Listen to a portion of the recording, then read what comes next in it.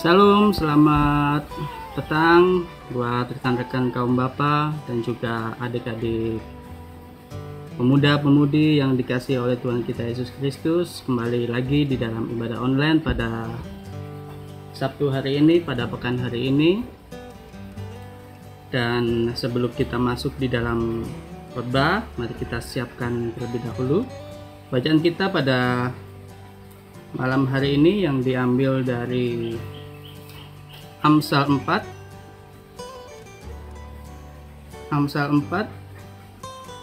ayatnya yang ke-23 sampai dengan yang ke-27. Mari kita siapkan hati dan pikiran kita, mari kita bersatu di dalam doa. Mari kita berdoa. Bapa yang kami sembah, di dalam nama Tuhan kami Yesus Kristus, kami mengucap syukur atas kasih dan penyertaan-Mu di dalam kehidupan kami ya Tuhan. Di sepanjang kehidupan kami, untuk kami tetap sehat dan kuat, dan kami mengucap syukur karena pada malam hari ini kami boleh beribadah bersama-sama di dalam ibadah berkat PKB dan berkat GP ya Tuhan.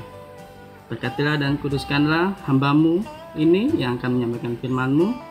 Sekiranya memampukan hamba untuk bisa menyampaikan firman-Mu di dalam bimbingan kuasa Roh Kudus-Mu ya Tuhan. Di dalam nama Tuhan kami Yesus Kristus kami berdoa dan mengucap syukur. Amin.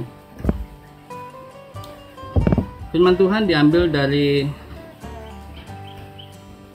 Amsal Salomo pasal 4 ayatnya yang ke-23 sampai dengan yang ke-27. Saya akan bacakan untuk kita semua. Demikian. Jagalah hatimu dengan segala kewaspadaan, karena dari situlah terpancar kehidupan. Buanglah mulut serong daripadamu, dan jauhkanlah bibir yang dolak-dalik daripadamu. Biarlah matamu memandang terus ke depan, dan tataplah matamu tetap ke muka. Tempuhlah jalan yang rata, dan hendaklah tetap segala jalanmu. Janganlah menyimpang ke kanan atau ke kiri, jauhkanlah kakimu dari kejahatan. Demikian firman Tuhan, berbahagialah kita yang mendengarkannya dan melakukannya di dalam kehidupan kita sehari-hari. Terpujilah nama Tuhan, haleluya. Selamat malam rekan-rekan kaum bapa dan juga adik-adik pemuda dan pemudi yang dikasihi oleh Tuhan kita Yesus Kristus. Salam. Pada malam hari ini masih di dalam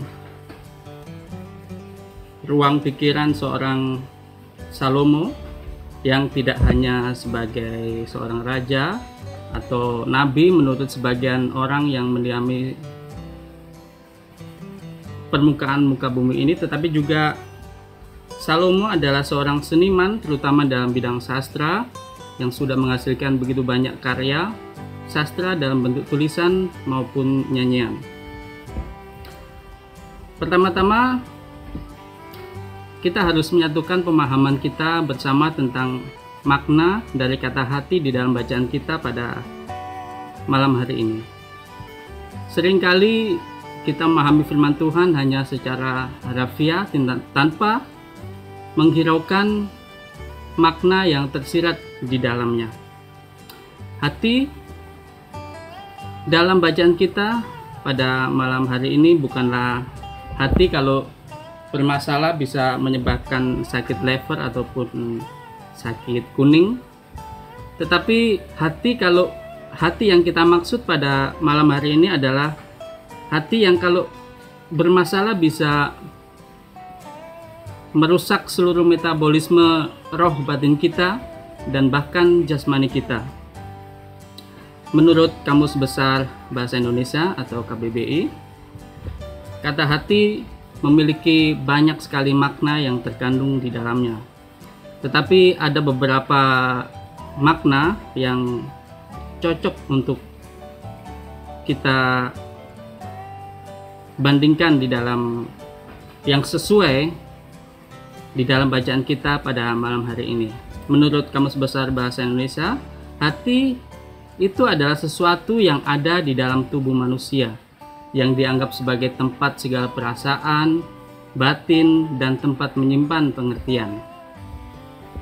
Bisa juga sifat atau batin manusia dan apa yang terasa di dalam batin manusia.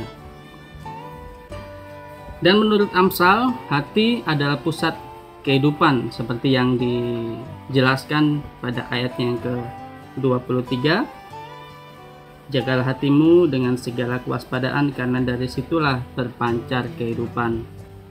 Menurut falsafah orang Jawa, urip iku kudu murup. Artinya kalau dalam bahasa Indonesia, hidup itu harus menyala. Berarti di dalam kehidupan kita itu, kita tidak hanya hidup, tetapi kita harus menyala, laksana seperti sebuah api atau sebuah lilin di dalam kegelapan malam ataupun remang-remang kehidupan, karena sejatinya seperti itulah fungsi seorang manusia, terutama di dalam keyakinan Kristen, bahwa kehidupan seorang Kristen harus bisa menyala dan memancarkan terang bagi lingkungan di mana dia berada. Tetapi di dalam hati seorang manusia, hati juga bisa diletakkan segala pikiran jahat, percabulan, pencurian, pembunuhan, persinahan, kelicikan, hawa nafsu, iri hati, hujat, kesombongan, dan kebebalan seperti yang dijelaskan pada bagian Alkitab di kitab Markus pasal yang ke-7 ayat yang ke-21 sampai dengan yang ke-20. Kalau kita memiliki sifat hati yang terpisah dari Allah, maka segala apa yang saya sebutkan tadi, seperti segala pikiran jahat, percabulan, pencurian, pembunuhan, dan lain sebagainya yang buruk, itu pasti muncul di dalam hati seorang manusia jikalau kita memiliki sifat hati yang terpisah dari Allah. Tetapi sebaliknya, kalau kita bisa memiliki sifat hati yang menyatu dengan Allah, maka Allah bisa meletakkan pengertian dan hikmat di dalam hati seseorang.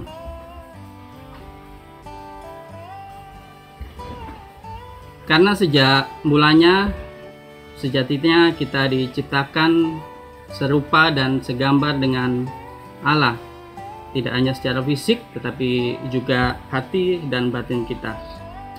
Seorang bapak gereja yang bernama Irenaeus pernah mengatakan, manusia itu berakal budi karena ia adalah citra Allah, diciptakan dalam kebebasan, ia tuan atas tingkah lakunya. Kehendak bebas seorang manusia muncul di dalam hati batin mereka karena hati memiliki kemampuan membedakan antara yang baik dan yang jahat menurut bacaan kita pada malam hari ini. Oleh karena itu, di dalam bacaan kita hari ini mengingatkan kita begitu pentingnya memelihara keintiman hubungan kita dengan Allah. Saat hubungan itu terpelihara dengan baik, maka secara otomatis dengan mudah pula kita bisa menjaga hati kita untuk tetap menyatu dengan Allah.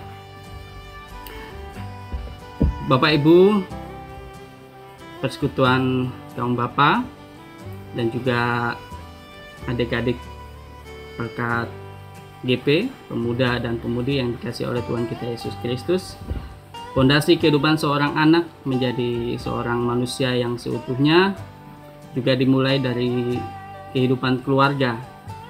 Semua yang kita jalani pada saat ini hingga kita sampai sejauh ini diawali dan dimulai dari keluarga. Oleh karena itu, begitu pentingnya nasihat orang tua kepada anak-anaknya untuk bisa menjadi bekal menjalani kehidupan dan meraih mimpinya.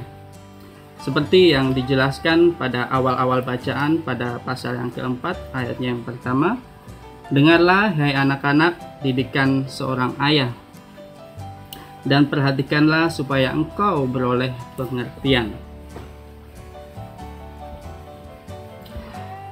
Karena sebenarnya warisan yang sesungguhnya bukanlah sebuah harta kekayaan, seperti rumah mewah, seperti mobil, seperti uang, atau bahkan deposito. Tetapi warisan yang sesungguhnya adalah nasihat yang penuh hikmat dan bijaksana orang tua kepada anak-anaknya, karena nasihat dan didikan orang tua tidak pernah lekang oleh waktu. Oleh karena itu, pada saat ini di tengah-tengah pandemi COVID-19 ini, di satu sisi memberikan dampak yang buruk, terutama di dalam hal perekonomian. Banyak seorang ayah, bahkan seorang ibu yang dirumahkan karena dampak ekonomi yang sungguh sangat luar biasa, sehingga begitu banyak perusahaan yang merumahkan, bahkan PHK para karyawannya, sehingga setiap rumah tangga atau setiap keluarga berusaha untuk mencari cara yang terbaik untuk bisa menghidupi kehidupan rumah tangganya. Apa yang dia makan, apa yang kita minum sehari-hari. Oleh karena itu, di masa pandemi ini tidak hanya hal yang buruk atau bahkan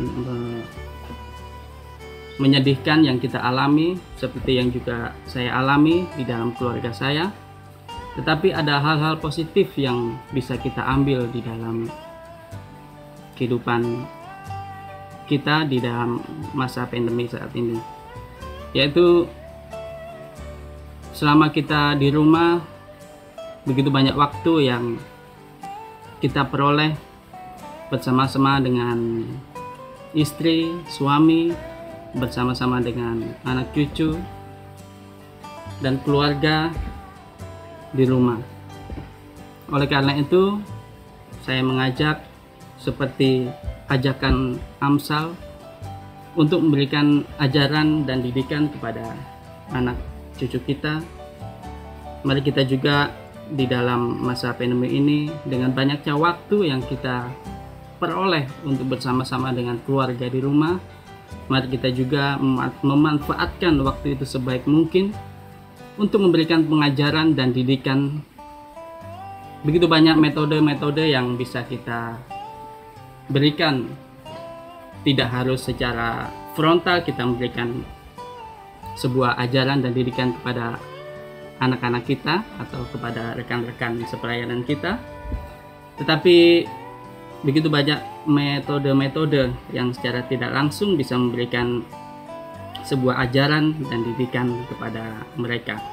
Seperti halnya kita bisa berkebun bersama, menanam tanaman bersama, atau juga kita bisa menonton TV bersama berkeluarga, atau bahkan mungkin kita bisa membuka album foto keluarga kita yang lama-lama dan menceritakan bagaimana perjalanan opa-oma, ayah, ibu di dalam menjalani kehidupan ini, karena begitu besar kasih Tuhan di dalam kehidupan rumah tangga sebuah keluarga, sehingga Tuhan masih memberikan kesehatan dan kekuatan bagi kita hingga sampai sejauh ini.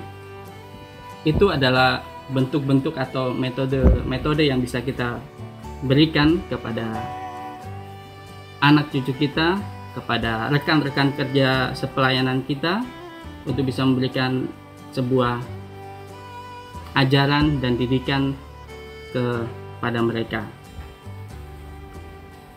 Atau bahkan ada sebuah metode lain, bahkan secangkir kopi dan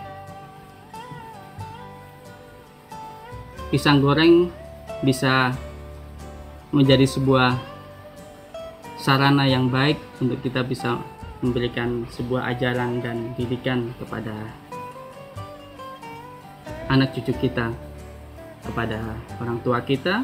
Bisa juga dari seorang ayah kepada anak, dari seorang ibu kepada anak, dari seorang suami kepada istri, dari seorang menantu kepada orang tua, atau mungkin seorang mertua kepada anak mantunya. Bapak Ibu, begitu banyak waktu yang kita miliki saat ini di tengah-tengah pandemi COVID-19 ini. Saya yakin kesehatan yang kita miliki saat ini adalah sebuah anugerah Tuhan di dalam kehidupan kita. Dan oleh sebab itu, mari kita memberikan sebuah ajaran dan didikan kepada anak-anak kita akan begitu besarnya kasih dan penyertaan Tuhan di dalam kehidupan rumah tangga kita. Kiranya firman Tuhan kita dan ajaran dan didikan yang diberikan oleh Salomo melalui kitab Amsal pada hari ini memberkati kita semua, rekan-rekan kaum bapa dan juga istri, dan juga adik-adik persekutuan gerakan pemuda dan pemudi. Kiranya